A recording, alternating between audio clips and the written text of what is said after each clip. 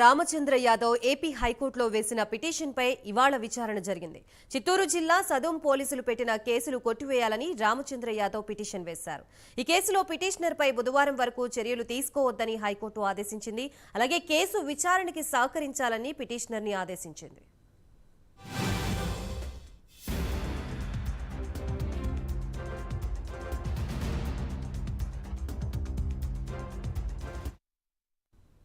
మరో కేసులో 41A నిబంధనలు అనుసరించాలని పోలీసులు ఆదేశించగా దురుద్దేశపూర్వకంగా కేసు నమోదు చేశారని పిటిషనర్ న్యాయవాది కోర్టు దృష్టికి తీసుకువెళ్లారు. రామచంద్ర యాదవ్ ఎన్నికల ప్రచారం చేయకుండా కేసు నమోదు చేశారని ఆయన తరపు న్యాయవాది కోర్టుకు తెలియచేయగా ఎన్నికల ప్రచారం ఎలా ఆపుతారని న్యాయస్థానం ప్రశ్నించింది. కేసు విచారణ బుధవారానికి వాయిదా వేసింది.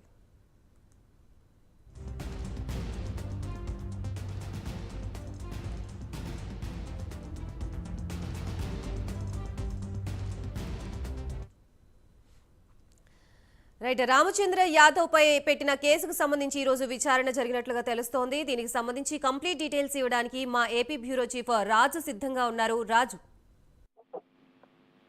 రైట్ గాయత్రి, పార్టీ అధినేత బోడే రామచంద్ర యాదవ్ కు హైకోర్టులో ఊరట లభించవచ్చు. తనపై ఉన్నటువంటి ఆ కేసును అన్నింటినీ కూడా కొట్టేయాలని చెప్పేసి ఆయన హైకోర్టు పిటిషన్ దాఖలు చేశారు. దాని మీద ఇవాళ విచారించినటువంటి హైకోర్టు కొన్ని ఉత్తర్వులు కూడా జారీ చేసినటువంటి పరిస్థితి. కేసులో బోడి రామచంద్ర యాదవ్ ను బుధవారం వరకు చర్యలు తీసుకోవద్దు అని చెప్పేసి హైకోర్టు ఆదేశించినటువంటి పరిస్థితి. మరోపక్క విచారణకు సహకరించాలని చెప్పేసి బోడి రామచంద్ర యాదవ్ ను కోర్టు ఆదేశించినటువంటి సిచ్యువేషన్. చిత్తూరు జిల్లా సడూంలో ఇటీవల జరిగినటువంటి సంఘటనలో అంటే భారత దేశం యువజన పార్టీకి సంబంధించినటువంటి ప్రచారంలో వెళ్తూ ఉన్నటువంటి నేపథ్యంలో వైసీపీ నాయకులు దాడి చేశారు. ఈ దాడిలో అనేక ప్రచారాలు కూడా తగలబెట్టినటువంటి పరిస్థితి, ధ్వంసం చేసినటువంటి పరిస్థితి. అయితే పోలీసులు ఇరు వర్గాల మీద కూడా కేసులు పెట్టినటువంటి పరిస్థితి. అయితే బీసీవై పార్టీకి సంబంధించి మాత్రం భారతీయ జనతా పార్టీ అధినేత బోడి రామచంద్ర యాదవ్తో పాటు మరికొంతమంది మీద 2 కేసులు నమోదు చేశారు. ఈ 2 కేసుల్లో తనకు ఊరట ఇవ్వాలి, అంతే కాకుండా కేసుల్ని పుట్టాలి అని చెప్పేసి ఆయన పిటిషన్ కూడా వేసినటువంటి పరిస్థితి.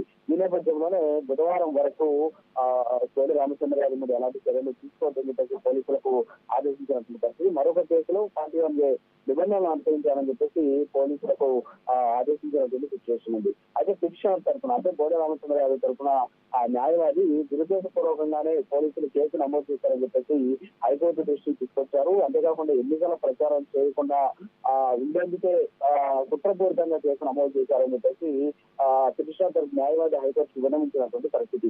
అయితే ఇరు వర్గాల వాదనలు విన్న తర్వాత ఎన్నికల ప్రచారాన్ని ఎలా ఆపుతారు అని చెప్పేసి న్యాయస్థానం పోలీసులను ప్రశ్నించింది. మరోపక్క విచారణ బుధవారానికి వాయిదా వేసినటువంటి హైకోర్టు బుధవారం వరకు కూడా ఆయన మీద ఎలాంటి చర్యలు తీసుకోవద్దు అని చెప్పేసి ఆదేశాలు జారీ చేసినటువంటి పరిస్థితి అయితే ఉంది. ఇప్పటికే ఈ కేసుకు సంబంధించి మరికొంతమంది నిందితులు అంటే బీసీపీ పార్టీకి సంబంధించి ఈ కేసులో ఉన్నటువంటి ఏదైతే పోలీసులు కనపరిచారో వాళ్ళని నిన్న అరెస్ట్ చేసి చిత్తూరు జైలు కూడా రిమాండ్కి తరలించినటువంటి పరిస్థితి. సో ఇప్పుడు బోడి రామచంద్ర యాదవ్ మీద బుధవారం వరకు కూడా ఎలాంటి చర్యలు తీసుకోవద్దు అని చెప్పేసి చెప్పినటువంటి నేపథ్యం పక్క ఒకవేళ బుధవారమే దీని మీద స్టాష్ అయ్యేటటువంటి అవకాశాలు ఉన్నాయంటే వాదన కూడా వ్యక్తమవుతున్నటువంటి సిచ్యువేషన్ అనిపిస్తోంది.